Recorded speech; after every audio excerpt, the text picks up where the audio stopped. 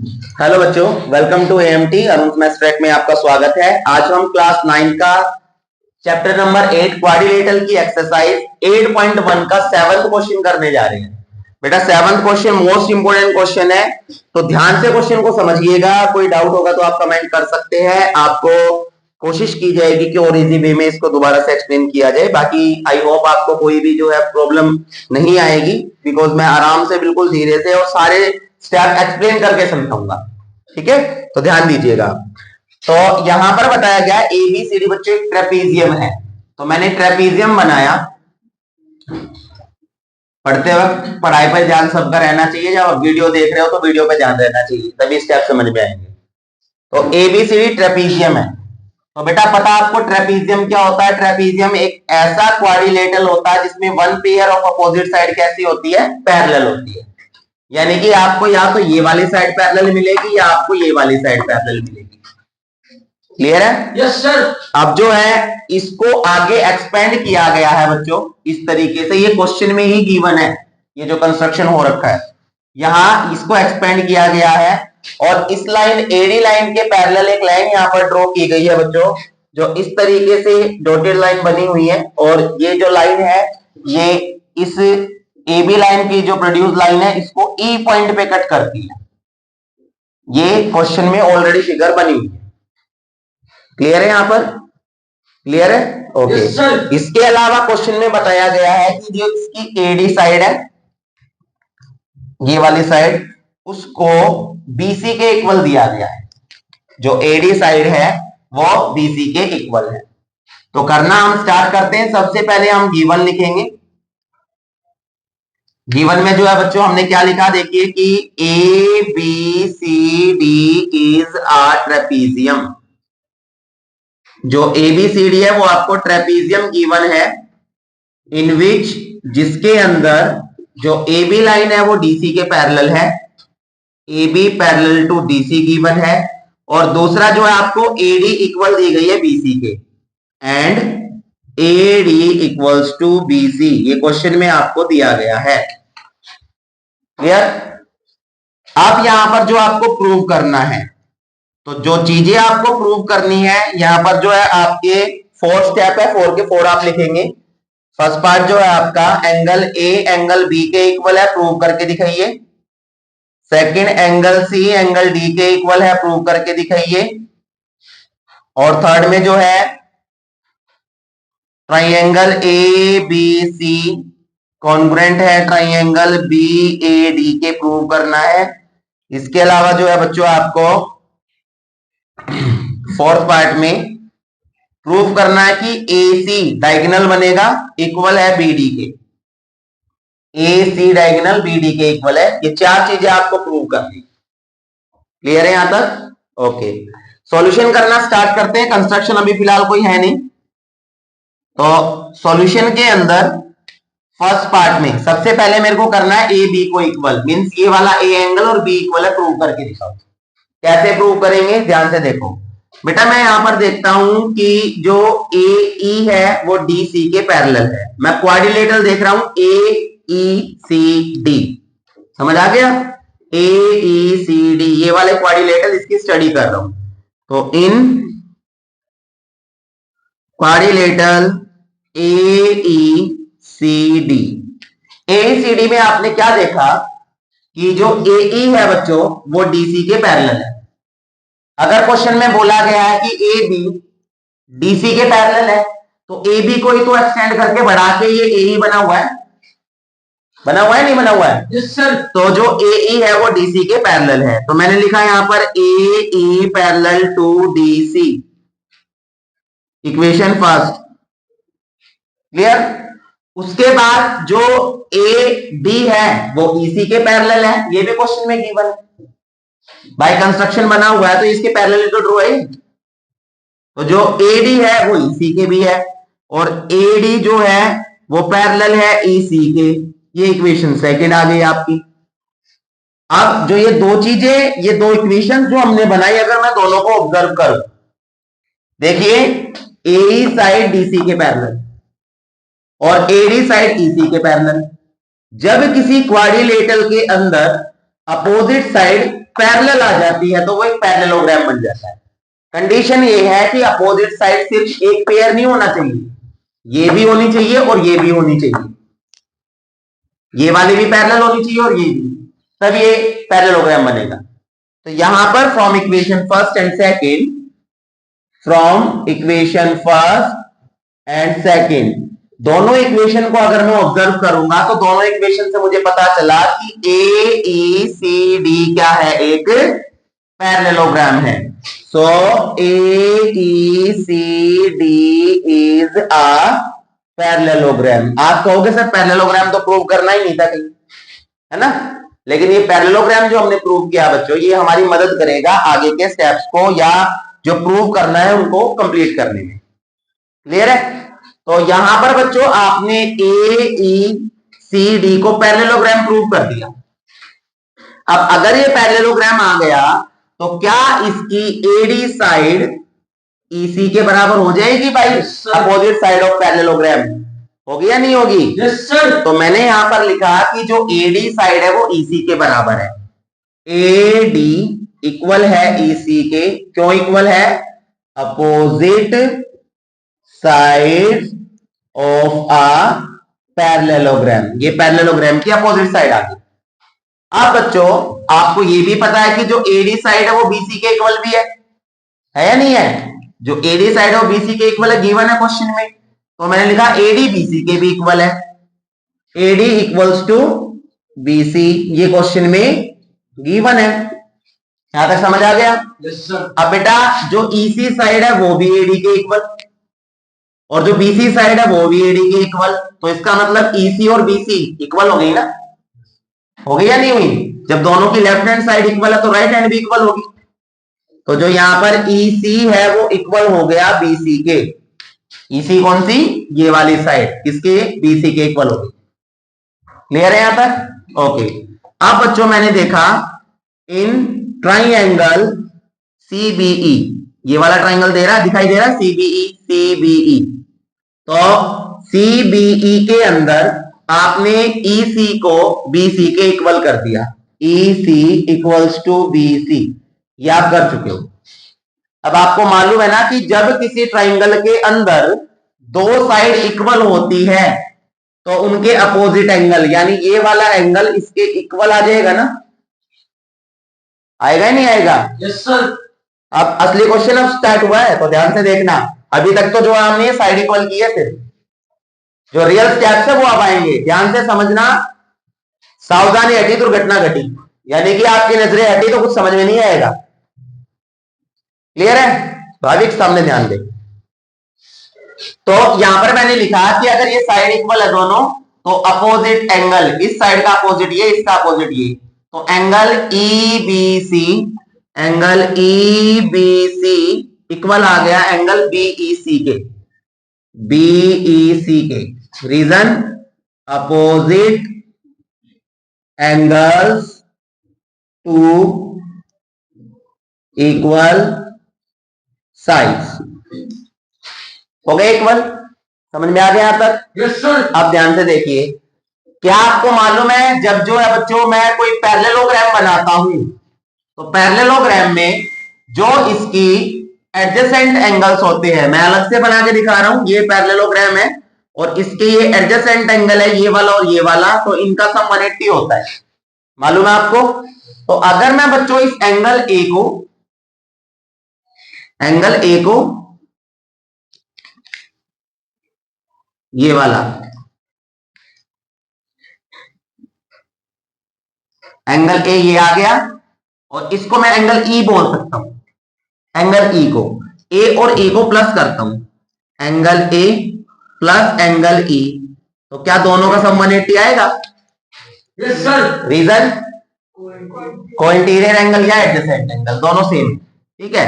तो को interior angles, या आप इसको लिख सकते हैं एडजेसेंट एंगल्स। ये जो मैंने बनाया ये एंगल और ऐसे, तो एंगल इसका मतलब समझ में। क्लियर है? अब मैंने क्या किया बेटा, ए को यहीं रखा मैंने और जो ई है आपका वो इधर आके क्या हो जाएगा, माइनस एंगल ई, और इसको मैंने इक्वेशन फर्स्ट मान लिया जब फर्स्ट सेकंड हो चुकी है, इक्वेशन थर्ड, तो मैंने इसको थर्ड लेट कर लिया बच्चों।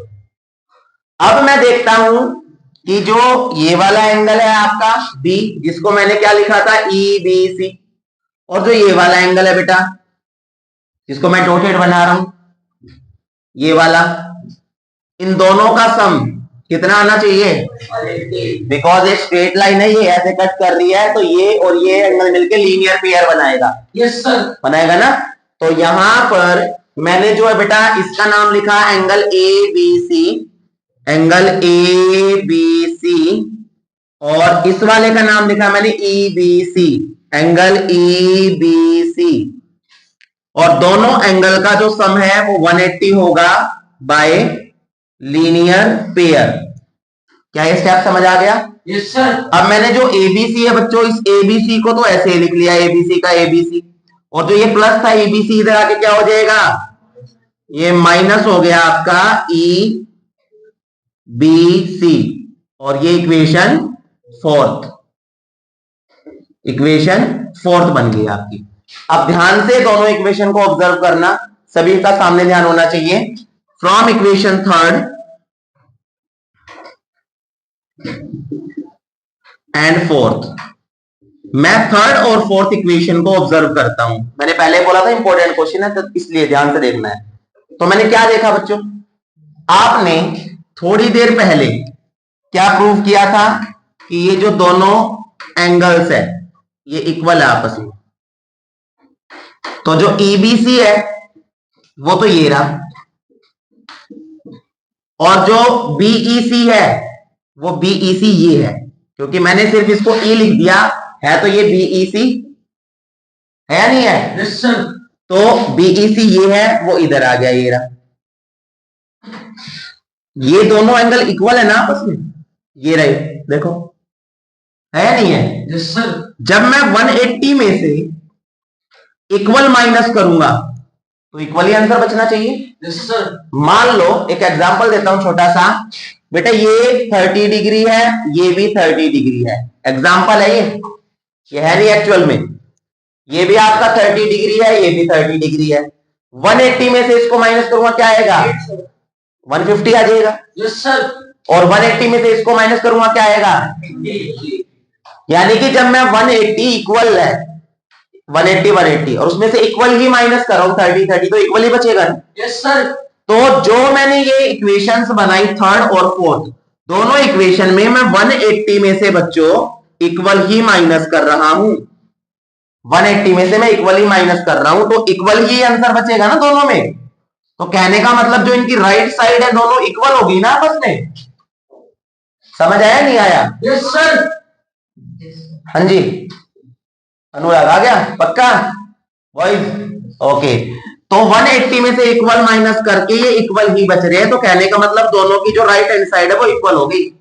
और जब दोनों की राइट हैंड साइड इक्वल है तो इसका मतलब जो लेफ्ट साइड है इसकी ए और इसकी एंगल ए बी सी ये भी तो इक्वल हो जाएगी। Yes sir. तो एंगल ए जो है इसका वो इक्वल हो गया एंगल ए बी सी के। अब एंगल ए को तो ए लिख लिया मैंने, जो ए बी सी है एंगल ए बी सी, इसको मैं बी लिख सकता हूं ना, बीच में बी आ रहा है, तो ये आपका एंगल इसकी जगह बी आ गया। और ये आपका पहला पार्ट कंप्लीट हो गया जो आपको प्रूव करना था। आया समझ में? ये आपका अभी फर्स्ट पार्ट कंप्लीट हुआ जो आपको प्रूव करना था। फर्स्ट में ही थोड़ा सा टाइम लगा है, अब आगे का जब आप स्टेप करेंगे तो वो इजी हो जाएगा बिल्कुल। यहां तक क्लियर है सभी को? Yes sir. आगे बढ़ते हैं बेटा। अब सेकंड वाले पार्ट में ध्यान से देखिएगा, सेकंड पार्ट पे आ गए हम। सेकंड में सी को डी के बराबर करना है। अभी हमने क्या बराबर कर दिया है? अभी हमने जो है बराबर कर दिया है कि जो आपका ए एंगल है वो किसके बराबर है? एंगल बी के। ये 2 वाले के बराबर है, ठीक है। अब बच्चों ध्यान से देखो, आपको पता है कि एक पैरेललोग्राम जो होता है, पैरेललोग्राम के अंदर जो अपोजिट एंगल होते हैं यानी कि ई और ये वाला डी, ये ई डी के बराबर हो जाएगा ना, opposite angle of parallelogram. Yes sir. होगा नहीं होगा? तो यहां पर मैं लिखा एंगल ई डी के इक्वल है। Angle E equals to angle D क्यों बराबर है, रीजन देंगे, opposite angles of a parallelogram, और पैरेललोग्राम के जो अपोजिट एंगल होते हैं बेटा वो कैसे होते हैं, इक्वल होते हैं। तो यहां तक समझ आ गया, और इसको मैंने इक्वेशन 5 बना लिया बिकॉज जो है ये हमारे आगे काम आएगी। दूसरा, जो एंगल आपका बी है, ये वाला एंगल ध्यान से देख लो, ये वाला, ये इसके बराबर होगा ना, क्यों होगा, ऑल्टरनेट इंटीरियर एंगल। ये ऐसे बना हुआ है, मैं यहीं बना के बता देता हूं आपको, ये ऐसे बना हुआ बच्चों, ऐसे और ऐसे, तो ये तो बी आ रहा है यार, और ये वाला सी आ रहा है, तो बी एंगल सी के इक्वल हो जाएगा, हो जाएगा, सामने ध्यान होना चाहिए। तो बी एंगल जो हमारा सी के इक्वल हो गया बाय ऑल्टरनेट इंटीरियर एंगल। तो angle B equals to angle C by alternate interior angle, और इसको बेटा मैंने इक्वेशन 6 मान लिया, ठीक है। अब 5th और 6th को ऑब्जर्व करो ध्यान से, from equation 5th and 6th, 5th और 6th इक्वेशन को जब ऑब्जर्व करेंगे तो 5th इक्वेशन में जो D है वो किसके बराबर है, E के, और जो C है वो किसके बराबर है, B के। और थोड़ी देर पहले आपने क्या प्रूव किया है, थोड़ी देर पहले आपने प्रूव किया था कि जो E एंगल है वो B के बराबर है, याद है नहीं किया था, ये रहा एंगल, ये EBC ये वाला एंगल, और ये वाला BEC ये वाला एंगल, दोनों बराबर है आपस में, है नहीं है। तो जो ये वाला एंगल है और ये वाला एंगल है, दोनों आपस में बराबर, आप प्रूव कर चुके हो ऑलरेडी, ये रहा। तो इनकी अगर लेफ्ट एंगल बराबर है तो राइट एंगल वाले तो बराबर होंगे, यस सर, होंगे नहीं होंगे। तो यहां पर दोनों इक्वेशन को ऑब्जर्व करके पता चला डी एंगल सी के बराबर है, angle D equals to angle C, और जो ये आपने प्रूव किया ये सेकंड पार्ट आपका प्रूव हो गया, ये रहा,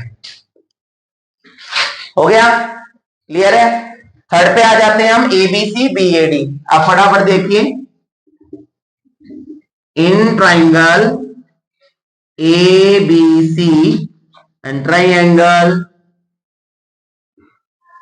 बीएडी, दोनों ट्राइंगल को ऑब्जर्व करते हैं, कहां है, देखो ये रहा एबीसी, तो ट्राइंगल तो है नहीं, कब बनेगा, जब मैं इसको ऐसे ज्वाइन करूंगा, अब बना एबीसी, बन गया, यस सर। दूसरा जो है आपका बीएडी, तो बीएडी कहां है, बीएडी, जब इसको ज्वाइन करूंगा तो ये बीएडी बन गया, दोनों को कॉन्ग्रुएंट करना है। तो ध्यान से देखिए बेटा, एबीसी में जो बीसी साइड है और एबीडी में जो एडी साइड है, बीसी एडी के बराबर है ना, गिवन है क्वेश्चन में। तो बीसी इक्वल्स टू एडी, क्यों इक्वल है, बिकॉज क्वेश्चन के अंदर गिवन है।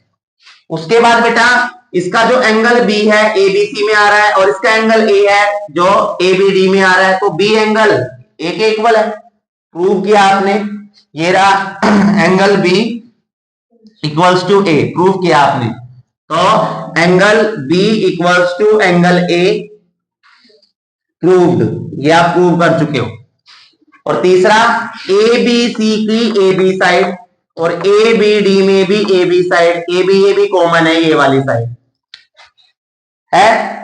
तो यहां पर जो आपका ए बी है वो इक्वल्स टू ए बी आ गया, क्यों इक्वल है, बिकॉज ये कॉमन साइड है। तो साइड एंगल साइड फटाफट देख लेते हैं, ए बी सी डी के अंदर ये साइड है, ये एंगल है, ये साइड है, और इसमें ये साइड है, ये एंगल है, ये साइड है। तो साइड एंगल साइड से triangle A B C congruent हो गया ट्राइंगल बी ए डी के बाय साइड एंगल साइड, और ये आपने आपका थर्ड पार्ट प्रूव कर दिया। अब बच्चों यहां पर अगर ये दोनों ट्राइंगल ए बी सी और ए बी डी या बी ए डी अगर ये कॉन्ग्रुएंट हो गए हैं, तो क्या इसकी एसी साइड बीडी के बराबर हो जाएगी बाय सिंप्लिसिटी। तो यहां पर जो है आपका फोर्थ पार्ट प्रूव हो गया, so A C equals to B D by C P C T, hence proved. ये आपके 4 पार्ट थे, 4 के 4 पार्ट आपने कर दिए। वेरी इंपॉर्टेंट क्वेश्चन है, ध्यान से कर लेना, एग्जाम्स में पूछ लिया जाता है। Any doubt? ठीक है बच्चों, अगर आप लोगों को कोई डाउट लगता है तो आप कमेंट कीजिएगा, लाइक कीजिए वीडियो को, शेयर कीजिए, सब्सक्राइब कीजिए चैनल को, साथ ही साथ बेल आइकन को ऑन कीजिए ताकि ऐसे क्वेश्चन आप लोगों के पास आते रहे और आप अपने डाउट्स को दूर कर सके। Thank you so much.